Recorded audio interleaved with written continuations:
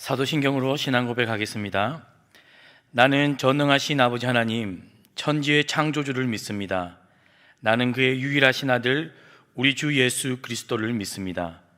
그는 성령으로 잉태되어 동정녀 마리아에게서 나시고 본디오 빌라도에게 고난을 받아 십자가에 못 박혀 죽으시고 장사된 지 사흘 만에 죽은 자 가운데서 다시 살아나셨으며 하늘에 오르시어 전능하신 아버지 하나님 우편에 앉아 계시다가 거기로부터 살아있는 자와 죽은 자를 심판하러 오십니다.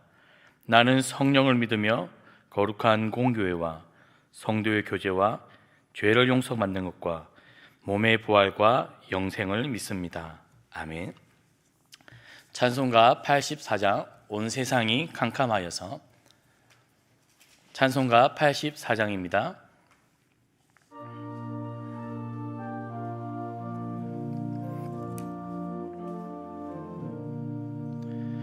온 세상이 캄캄하여서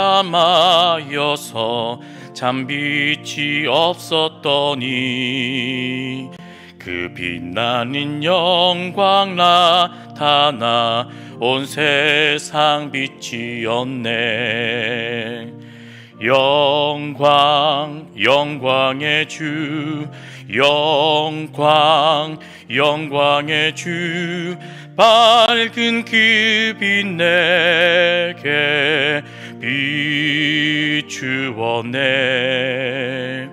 영광 영광의 주, 영광 영광의 주, 이 세상의 빛은 오직 주 예수님. 주 말씀을 믿는 사람은 그 마음이 시원하고 주 명령을 준행하는 자 그 길이 환하겠네. 영광 영광의 주, 영광 영광의 주, 밝은 그 빛 내게 비추었네. 영광 영광의 주, 영광 영광의 주, 이 세상의 빛은 오직 주 예수님. 제 가운데 사는 사람은 그 눈이 어두워도 그 죄악을 씻는 날에는 그 눈이 밝아지네. 영광 영광의 주, 영광 영광의 주, 밝은 그 빛 내게 비추었네. 영광 영광의 주, 영광 영광의 주, 이 세상의 빛은 오직 주 예수님. 86장 내가 늘 의지하는 예수. 찬송가 86장입니다.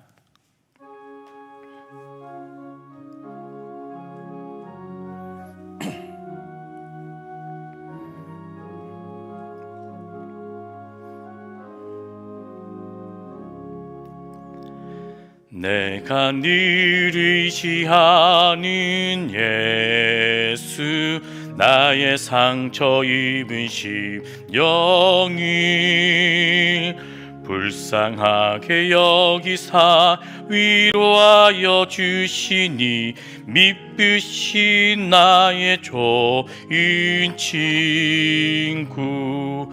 내가 의지하는 예수, 나의 사모하는 친구. 나의 기도 들으사 응답하여 주시니 미쁘신 나의 좋은 친구 주의 손 의지하고 살 때 나를 해할 자가 없도다. 주님 나의 마음을 크게 위로하시니 미쁘신 나의 좋은 친구 내가 의지하는 예수 나의 사모하는 친구 나의 기도 들으사 응답하여 주시니 미쁘신 나의 좋은 친구 내가 요단강 건너 가며 마음이 두려워서 떨 때도 주가 인도하시니 어찌 두려워하랴 미쁘신 나의 좋은 친구 내가 의지하는 예수 나의 사모하는 친구 나의 기도 들으사 응답하여 주시니 미쁘신 나의 좋은 친구 이웃 천국에 올라가서 모든 성도들과 다 함께 우리들을 구하신 주를 찬양하리라 미쁘신 나의 좋은 친구 내가 의지하는 예수 나의 사모하는 친구 나의 기도 들으사 응답하여 주시니 미쁘신 나의 좋은 친구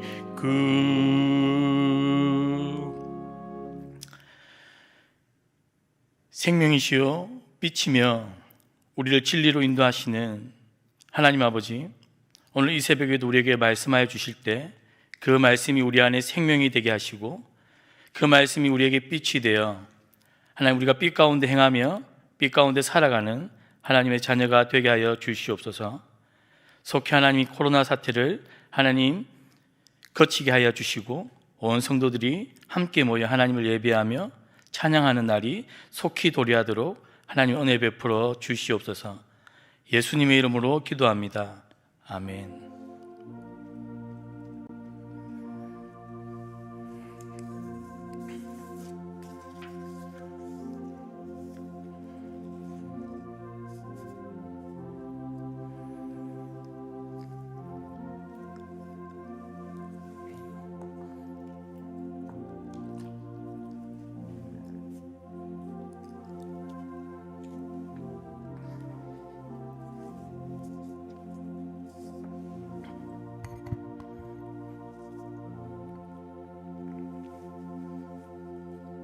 오늘 함께 읽은 말씀은 요한복음 1장 1절에서 5절 말씀입니다. 요한복음 1장 1절에서 5절 말씀입니다. 교독하도록 하겠습니다. 태초에 말씀이 계시니라. 이 말씀이 하나님과 함께 계셨으니 이 말씀은 곧 하나님이시니라.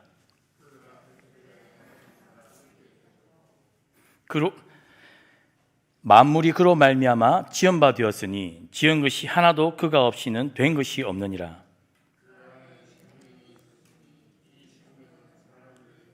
함께 읽겠습니다.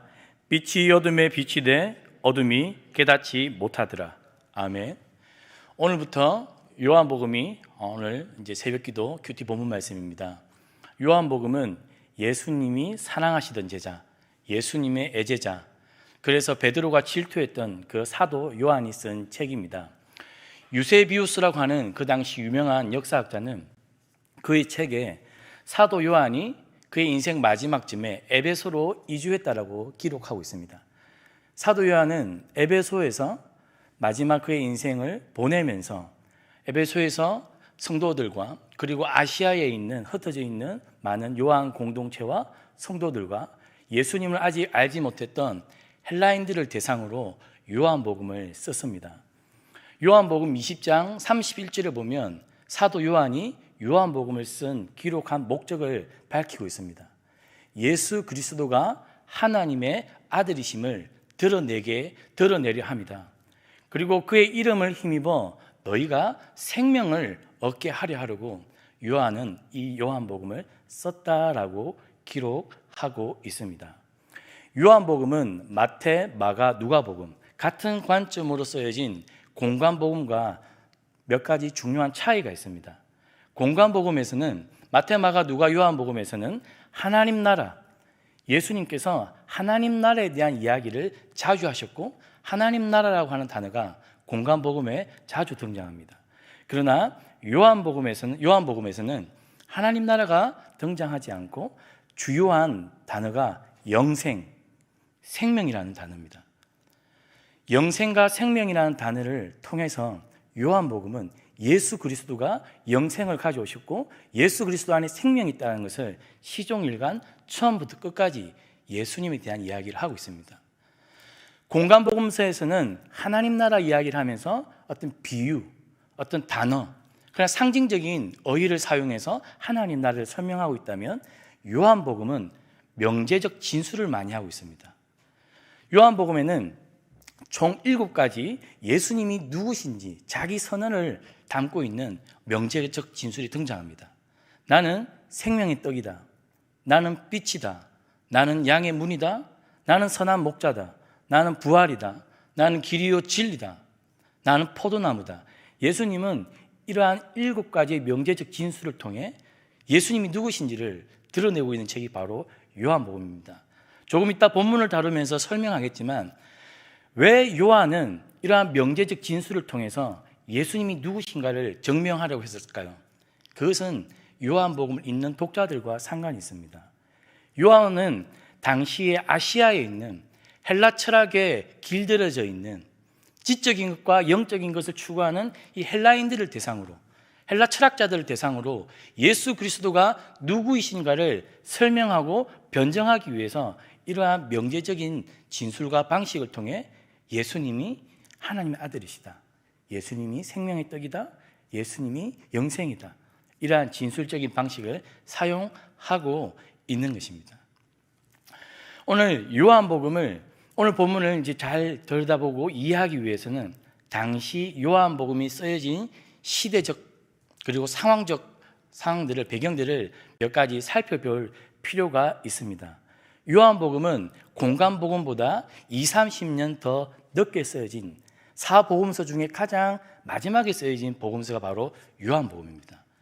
마태, 마가, 누가복음이 AD 60에서 65년경에 기록되었다면 요한복음은 20-30년 후에 작성된 책입니다. 시대가 틀렸습니다. 요한복음이 쓰여질 당시에는 초대교회가 정착할 시기였습니다. 그리고 그 당시 사도시대가 종료되어 가는 상황이었습니다. 즉 예수님을 직접 목격한 1차 목격자들이 초대교회 안에 줄어들고 있는 상황이라는 것이죠. 그래서 초대교회가 정착하고 사도시대가 종료하는 이 무렵, 이제 마지막 사도 요한이 이제 인생을 거의 막바지에 이른 이 시점에 초대교회 안에, 초대교회를 방해했던 것이 무엇이냐면 영지주의라고 하는 철학입니다. 플라톤의 영향을 받았습니다. 영적인 것, 지적인 것, 이데아를 추구했던 이 철학을 영향을 받은 영지주의가 초대교회 안에 인간의 생각을 가지고 교회를 어지럽히기 시작을 했습니다. 오늘 본문에 보면 태초에 말씀이 계시니라, 이 말씀이 하나님과 함께 계셨으니 이 말씀은 곧 하나님이시다라고 할 때 말씀이 반복되고 있습니다. 그러니까 이 말씀이라고 하는 헬라어 단어가 무엇이냐면 바로 로고스라는 단어입니다. 왜 요한은 이 로고스라고 하는 단어, 이 단어를 사용해서 태초에 말씀이 계셨는데 말씀이 하나님과 계셨고 하나님이 곧 말씀이다, 로고스다라는 이야기를 할까요? 그것은 독자들이 헬라 철학의 영향을 받은 사람들이 그 당시 헬라 철학자들, 영지주의에 빠져있는 사람들, 많은 아시아인들은 이 로고스를 어떻게 이해를 했냐면 온 우주에 숨겨져 있는 보편적인 이성, 지적인 것, 지성, 올바른 합리적인 이성을 표현하고 그것을 말로 담아낼 때 그것을 로고스라고 했습니다. 당시 헬라인들과 영지주의자들은 이 로고스를 굉장히 중요하게 여겼고 이 로고스를 통해, 이 지식을 통해, 합리적인 이성을 통해 인간이 구원을 얻을 수 있다라고 이야기했습니다. 오늘 사도 요한은 그들이 중요하게 여기는 그 로고스라고 하는 단어를 가지고 와서 예수님이 바로 너희들이 말하는 로고스다. 근데 예수님이 로고스인데 로고스는 하나님과 함께 계셨고 하나님이 곧 로고스다라는 이야기를 합니다. 무슨 말입니까? 예수님이 곧 하나님이시고 하나님이 곧 예수이다. 헬라인들이 중요하게 여기는 이 로고스라고 하는 단어를 가지고 와서 복음을 상황화하고 있는 중입니다. 브릿지시키는 거죠. 복음을 모르는, 유대적 배경과 구약 성경을 모르는 헬라인들에게 복음을 다리놓는 그 중요한 단어로 로고스라고 하는 단어를 가지고 왔습니다. 너희들이 생각하는 구원을 얻는 그 중요한 지식, 그 믿음, 합리적인 이성, 그것은 다름 아니라 너희들이 그동안 알지 못했던 태초부터 계셨던 바로 예수님이 바로 로고스다. 그런데 예수님이 곧 하나님이시다라는 표현을 오늘 요한복음은 하고 있습니다. 왜 요한은 로고스, 예수님이 곧 로고스인데 하나님과 함께 계셨다, 로고스가 곧 하나님이다라는 표현을 할까요? 이것 또한 헬라 철학과 관련이 있습니다. 당시 헬라 철학은 영적인 것, 지적인 것은 중요하고 선하고 오래 간다라고 믿었습니다. 반대로 육체는 악하고 영원한 것이 아니라 일시적이다라고 이야기했습니다. 그래서 육체를 대하는 태도가 두 가지로 등장했습니다. 하나는 쾌락주의입니다. 육체가 중요하지 않고 악하기 때문에 구원을 얻는 지식과는 별 상관이 없기 때문에 육체는 마음대로 해도 된다, 쾌락주의가 하나 있었습니다. 반대로 육체가 악하기 때문에 금욕주의가 성행했습니다. 악한 육체를 통제함으로 우리가 영원한 이데아에 갈 수 있도록 노력해야 된다는 것이죠. 그런데 이러한 사고를 가진 헬라인들이 예수님이 인간의 몸으로 오셨다는 것을 믿지 않았던 것입니다. 어떻게 하나님께서 악한 육체의 몸을 입고 이 땅에 오실 수 있는가? 예수님은 하나님이 아니다. 왜요? 그들의 개념과 사고 철학 안에서는 육체를 입고 오신 예수님은 신이 아니라는 것입니다. 영적인 것, 지적인 것, 그것이 어떻게 이 악한 육체를 입고 이 땅에 올 수 있냐는 그러한 사고 배경 속에서 오늘 사도 요한은 이 로고스라고 하는 단어를 브릿지 연결시킵니다. 예수님이 로고스다. 그런데 예수님이 하나님이시다. 그런데 하나님이 너희들이 말하는 그 악한 육체, 영원하지도 않고 선하지도 않은 그 육체를 입고 오신 그 예수님이 사실은 로고스다, 하나님이다. 오늘 그 이야기를 오늘 사도 요한은 1절과 2절을 통해 하고 있습니다. 그래서 1절과 2절에 말씀이 곧 예수님인데 이 말씀에 예수님을 넣고 읽으면 이렇습니다. 태초에 예수님이 계시니라. 이 예수님 하나님과 함께 계셨으니 예수님은 곧 하나님이시라. 그가 태초에 하나님과 함께 계셨고, 이렇게 읽으면 되는 본문입니다.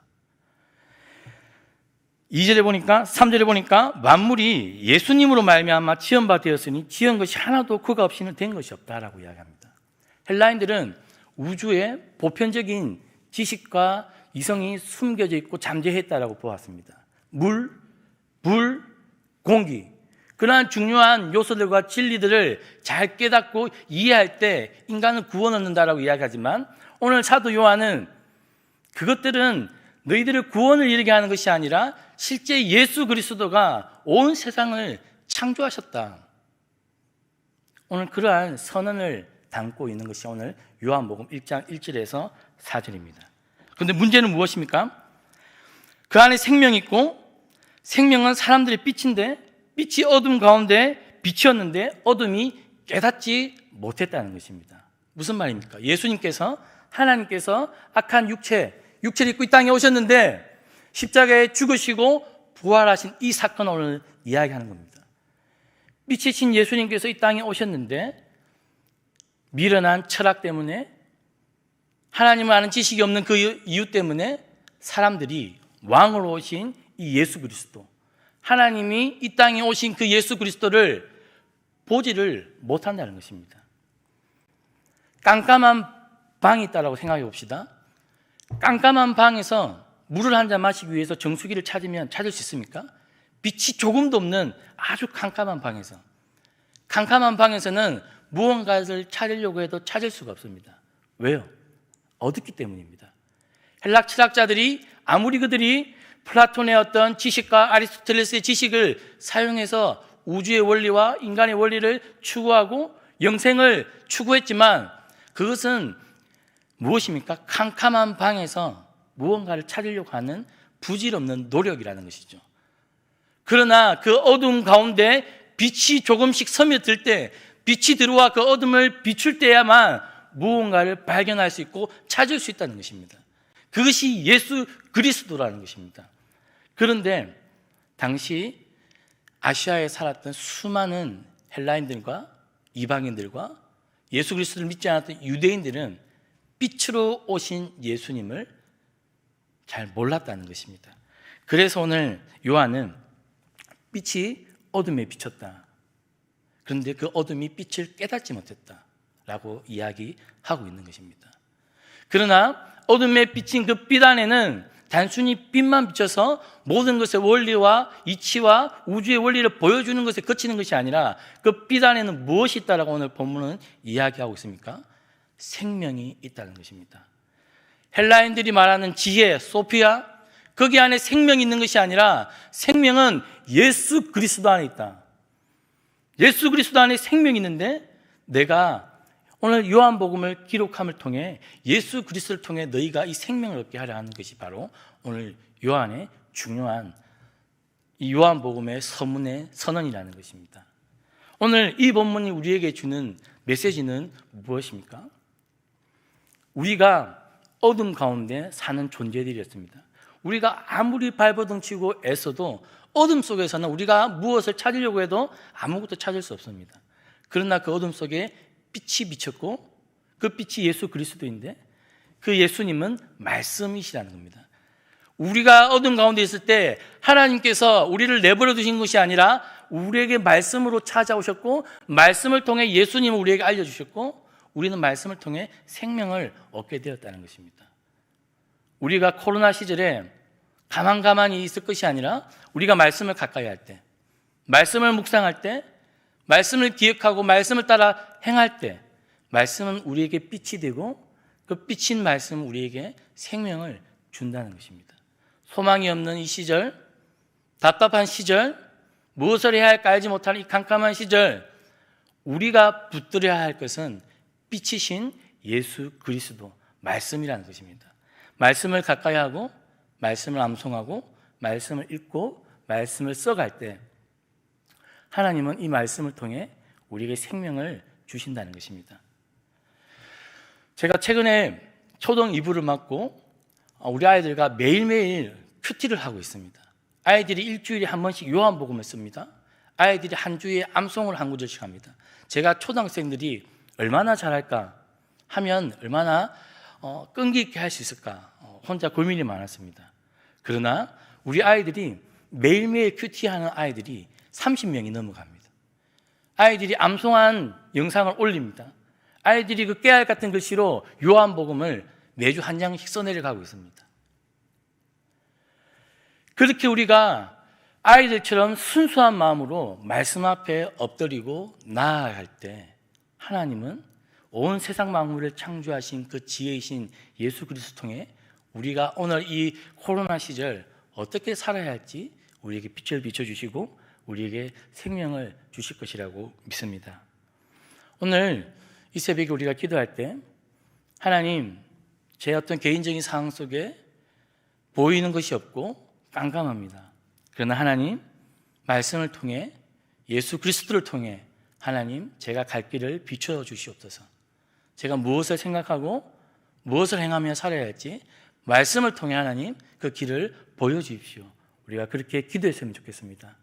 말씀이 육신이 되어 이 땅에 우리 가운데 찾아오신 그 빛이신 예수님을 우리가 가까이 할 때 우리는 어둠 가운데 사는 것이 아니라 영원토록 빛 가운데 행하며 살 것이라고 믿습니다. 빛 가운데 사는 성도님이 되시기를 주님의 이름으로 축복합니다. 하늘에 계신 우리 아버지, 아버지의 이름을 거룩하게 하시며 아버지의 나라가 오게 하시며 아버지의 뜻이 하늘에서와 같이 땅에서도 이루어지게 하소서. 오늘 우리에게 일용할 양식을 주시고 우리가 우리에게 잘못한 사람을 용서하여 준 것 같이 우리 죄를 용서하여 주시고 우리를 시험에 빠지지 않게 하시고 악에서 구하소서. 나라와 권능과 영광이 영원히 아버지의 것입니다. 아멘.